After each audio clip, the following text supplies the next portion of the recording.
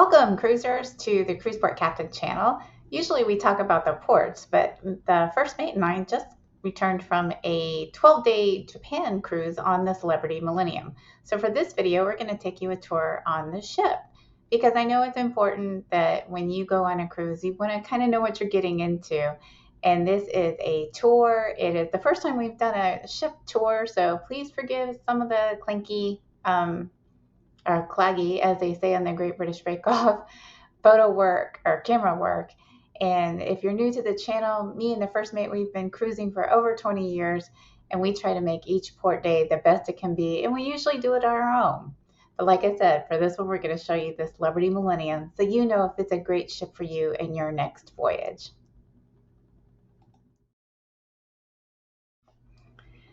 The Celebrity Millennium is the first of the Millennium class that Celebrity built, which means, yeah, you kind of guessed it, that it was first launched in 2000.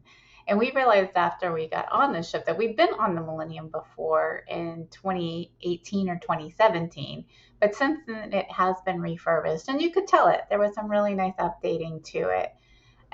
Passenger-wise, it's a little over 2,000 passengers, so it is kind of a smaller ship in comparison to a lot of other ships that are available on the market.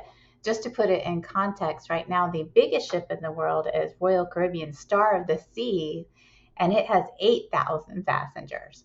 So what I liked about it is the size of it is it's small enough that you feel you're still on a boat, like you're still not on this grand hotel. So you really get the experience of sailing, but it is absolutely big enough that there's plenty of spaces to do things, to see things, and to have a place to sit down.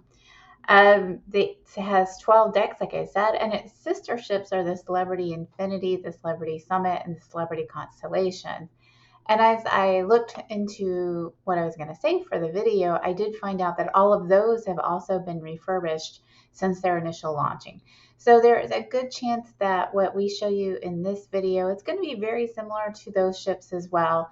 So you can feel pretty confident you've got a good sense of the ship. So without further ado, I'm going to go through the bigger areas, kind of the big things we want to know when we cruise, like what do the activities look like? What do the lounge areas look like? And of course, I'm going to save the best for last, and that is food. So I'll give you a really in-depth look about what dining options are available. This is their grand foyer and where most of the action happens. And you can see it because it's a smaller ship. There's not quite as much space as maybe in some of the newer ships. But this is the main lounge area where the casino is and guest services and all the main bars are when you're just chilling out for a day and where you're going to probably stay a lot. To know what's going to happen during the day, you can use Celebrity's app. So we both used it. I got used to it a little bit more than the first day do, but at this time, Celebrity is still printing an activities program, and that's very helpful.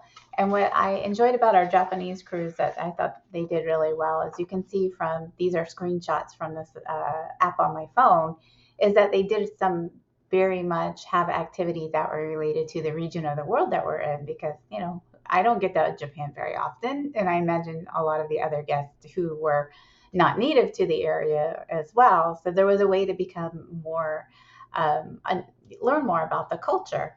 And just to give you a sense, it's kind of hard to see, but these are all the activities for one day. And I do think this was a sea day, but as you can see, you can do as much or as little as you want. They have a lot of variety. They have a lot of the usual things that are happening, the bingo, trivia, all that good stuff. But then they also had several special events. They had whiskey tastings. They had just whatever kind of cruiser you are or whatever kind of activities you like. There was absolutely something for you to do. Let's get to the fun. So this is a picture of the main pool area, and they had plenty of seats for a pretty day. What we also enjoy about a celebrity experience is it's kind of contemporary elegance. It's not like the classical elegance maybe on some of the other lines, but they have a lot of small details that make it an elevated experience. So here are some of the examples that I really just found outstanding. I worked in hospitality for a long time in hotels, so I'm pretty particular about this stuff. But just the small, nice touches that say that, you're on a upper level product. So one thing was the towels that were laid out on the pool deck. So there was no going and getting your your cabin number, any of that nonsense. They also had sunscreen just sitting at the pool. So again, I enjoy that, it's just there. It's an amenity, small thing, but a nice touch. And especially it was very sunny. So I just thought that was a really just spot on great thing to do. And then another thing, again, being a hotelier myself, is that noticing like this was in the ladies' restroom, but you notice you can just fold towels, right? You can just have paper towels, but not only are they folded, but look at that nice little touch on the top. And that was several things about Celebrity, is that there were just those nice little touches that showed that you were on a upper scale kind of experience. The service was amazing, and can't really say any more good things about that. But it was an elevated, wonderful experience. This is where I like to hang out a lot, was the aqua spa, and this is the indoor pool. So I would sit here and have my coffee in the morning, but I'll show you the pool next. This is the indoor pool, and I believe it's adult only for most of the time, but there were hardly any children. So you can see that it's smaller, more relaxed. And what's great is I'm panning down to those bubbles areas. Those are lounge seats, so they're almost recliners. So you almost get like a hot tub experience, but with a lot more force. So it was really a great way after a long day. This was a heavy day on port, so it was nice to relax. And you can see I just did a nice pan around to give you a sense of the area. People stayed there all day and had fun. Here's a little preview of the dining options. They have the spa cafe, and what's nice about this is you can get healthier selections here for breakfast or lunch. And you can also order juices. The juices did have a service fee with it. I had a kale detox one day because at that point I'd had really way too much food, and it was $6. So that wasn't crazy. I mean, they did add the gratuity on it, but that's another issue for another day. So this is an excellent place to go for a quick bite. And those are some of the examples of breakfast that I had there.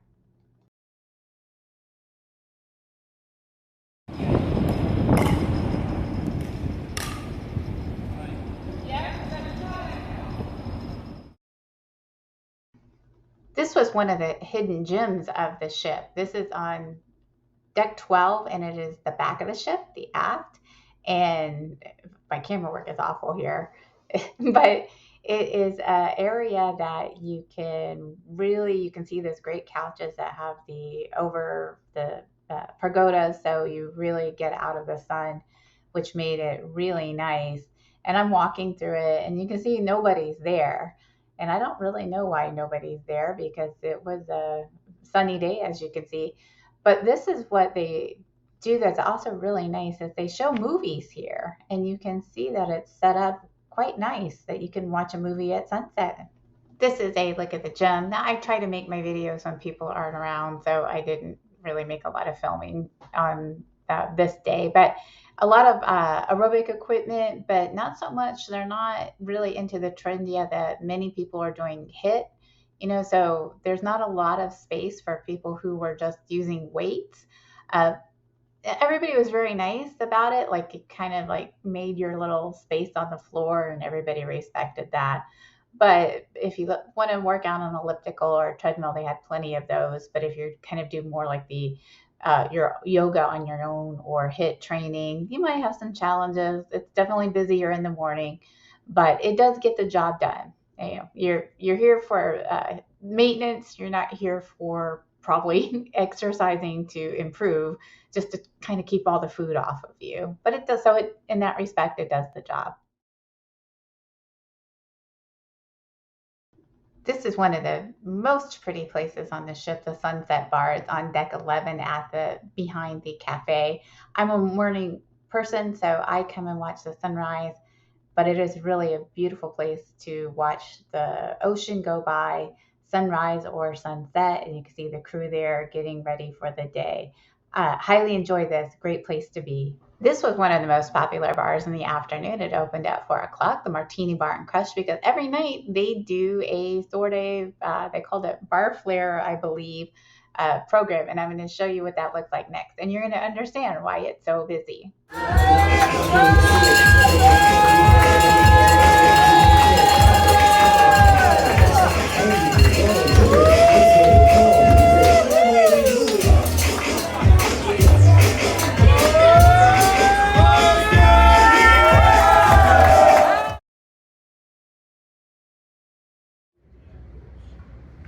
The Cellar Masters is one of the more quiet venues on the ship. Great place to go to get a glass of wine because, of course, that's the cellar where the winery is with all your sommeliers. But really, during the day, too, a great place to just sit and read a book. Like I said, one of the more quieter places on the ship. The first mate and I had a love-hate relationship with Cafe Biagio because, oh, it's so delicious, so delicious. So they have breakfast selections and cafe selections, and they're almost open 24 hours. So I'm going to show you some of the what it looks like. But they did have some things like specialty coffees that you had to pay for, but so much you didn't have to pay for. And they were just so wonderful. Like I said before, the crew was really outstanding.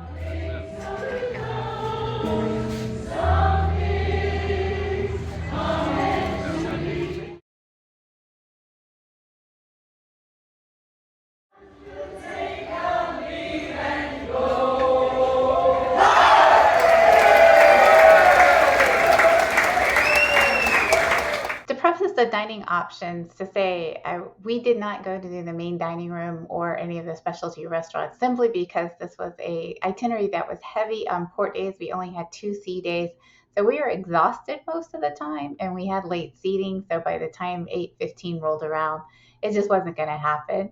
But I did make videos of the spaces so you can get a sense of how big they are. And at the end of this section, we're going to kind of end with the grand finale, and I'm going to give you a full tour of the buffet. It was really outstanding. Like, so many things were outstanding about this crew. The food was fantastic on the buffet, which usually buffets are like, eh. But overall, the experience was great. So let's show you what your dining options are. This is the main dining room, and you are walking in through the door. So as you can see, there are some 2-seaters, and what looks really nice is those high chairs. That would be helpful for me. I'm deaf, and we wear hearing aids in both of my ears, so those chairs would have been helpful for me. But you can also see there's a lot of traditional 8 tops, 10 tops. So it can be quite noisy is what I would imagine. And I remember that from the first cruise that we took on the Millennium, that it was quite large. So this was the upper level, and I'm going to pan down the camera to the bottom level. Imagine that this is a full seating. I imagine you have at least 500 guests there at a time. But I remember our first cruise, this was a great place to be.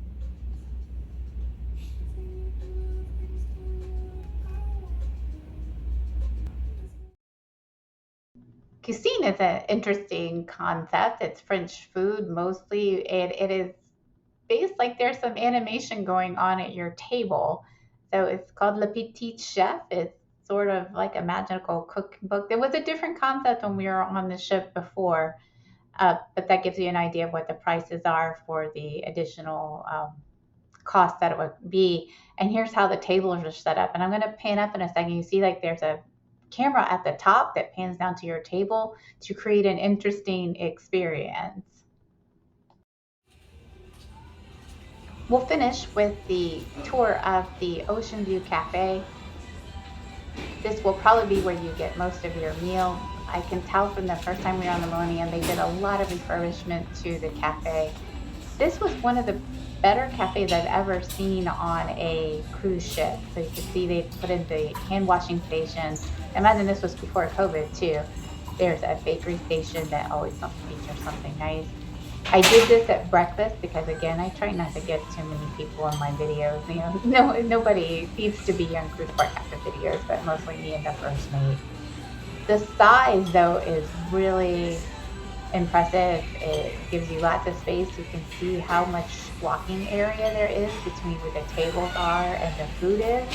So you're not tripping over people. Yes, sometimes it did get quite busy, especially like when it was a port day and everybody's trying to eat breakfast. And you can see the signs at the top tell you what each station is. I also give you the tip that it's big enough there's a lot of variety, but it's not so big that things repeat. So if you see something, you like it, you probably should pick it up or you're going to need to walk back to it. And you can see it's a pretty large area. So I had that a couple of times where I found something I liked and then I had to walk all the way back to it. Very small problems. It's a good problem to have, but it definitely challenging nonetheless. And I'm walking all the way to the back here, so you can see that's the station for the team to clean up. There's lots of beverage stations. I like that as well. And what was nice, how the beverage stations are arranged again, is you're not waiting for people. We were on a cruise last year, and the design of the buffet was so poor that you were just waiting forever to get coffee. This is set up so everything flows very nicely. You can see too that the seating is higher quality. It felt like you were at a restaurant, and that's why we didn't miss main dining, because to me, if anybody's just making my food, I am happy and I think that's a win. Omelet stations, there was a couple of omelet stations, and at night it's a stir fry station. Sometimes they had a waffle station, a crepe station. So we did not go hungry at all and didn't feel like it was anything bad that we only ate at the buffet. For us, this was a great experience. The staff here was equally as nice. That should say the crew, not the staff. So if you needed anything, they would get it. Always very polite, always, engaged in conversation if that's what you wanted to do and if that's what they wanted to do. But you can see that it's just designed at an upper scale level. And somebody's getting their coffee there, their morning coffee. I must have done this, I think, at 6 o'clock in the morning, so they weren't quite fully open yet.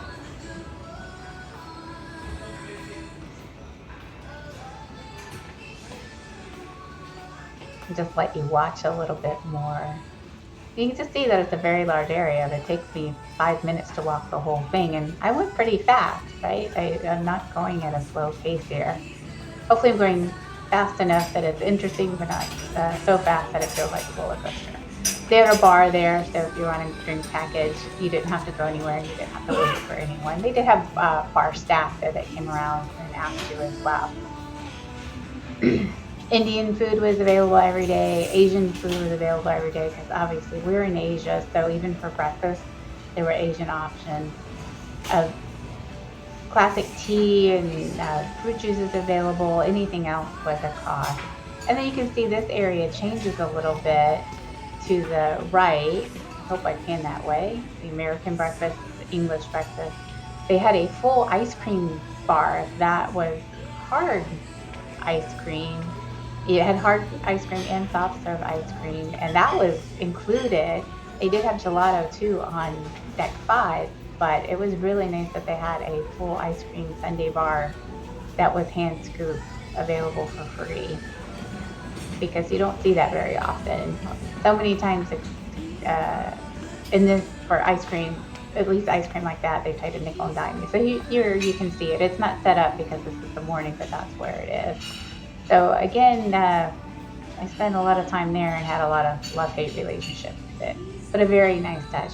So if this is the only place to eat, the buffet, we recommend it. We have no complaints about it at all. Give you a sense of the quality of the food on the buffet, I just took some pictures of some of my days. Uh, so I had stir fry one night, I had prime rib one night. Those are my breakfasts. I had hollandaise, eggs Benedict. Love eggs Benedict, at the Florentine style. Made to order omelet. I also had afternoon tea. The night it was Mediterranean night, you don't see a picture of that because frankly it was an embarrassing plate. I had so much food on it, but it was all well done and it was hot. Many times when you have a buffet, things get cold so fast. But no, kudos to the chef and team for a fantastic dining experience every time. Final thoughts, there was a signage everywhere, so they don't have the electronic displays on the Millennium, and that was perfectly fine because I don't like those electronic displays. They seem to get more confusing than helpful. So when you are at every floor, you have pretty good directions of which way you need to go. Lovely art all over the ship, not uncommon, but that adds another sense of elegance, as I was saying earlier. The only kind of things that weren't so great is that one of the decks, I believe this is deck 4, is looks like a promenade deck. We enjoy promenade decks, and I know many people do because that's where a lot of people do their walking. But they were always closed off at the front, so you could never do a full circle. I don't think in the back too you could do the full circle, but you couldn't even do most of it. So that was kind of a bummer. So we didn't end up walking there very much. The app was kind of hit or miss. It didn't really always work so great. And as great as they were most of the days in port that we had shuttle services, the last disembarkation day wasn't so great. But does that take away from the whole cruise? Absolutely not. We would recommend the Celebrity Millennium or any of our sister ships. It's a they're smaller ships, so they can get into those more exotic ports. The food was fantastic. The Our stateroom was wonderful, and we made a separate video on that. Our state steward, Sona, she was, just really on top of everything, made us feel just taken care of. And I would say that was the whole feeling of it, is taken care of in an elegant way. So make that a part of your evaluation. Thank you for joining me for my tour of the Celebrity Millennium. I hope this helps you make a decision whether the Millennium's for you or not, or one of our sister ships. We enjoyed it. So many great things about it, and we will have these memories with us for a long time. We did make a video of our room as well. Our stateroom was 7044. I will put that in the screen so you can see that if you want to check out what the room looked like. We were very happy with that. We were pleasantly surprised with our room. And as always, if you can like this video, please do if it helped you. And as we are a new channel, if you could just take a second and hit that subscribe button. It costs you nothing, but it means the world to us, and that can help support the channel so we can keep bringing you all the good information. So when you're on a cruise, you can make sure you are doing it in a flexible way, you are making the most of your time, and maybe you're saving some money, because that's what we do, and that's why we get to cruise as much as we can. Well, is that what I'm saying? Yeah, you get the idea. So hopefully this has been enjoyable for you as it was for us, our almost 2 weeks that we spent on the Millennium. If you have any comments or questions, please leave them below. We are happy to answer them.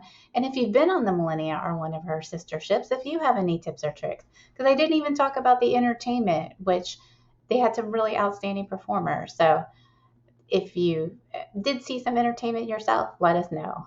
Anyway, long story short, make life a bon voyage and enjoy any cruise that you take on Celebrity or otherwise. We'll see you next time.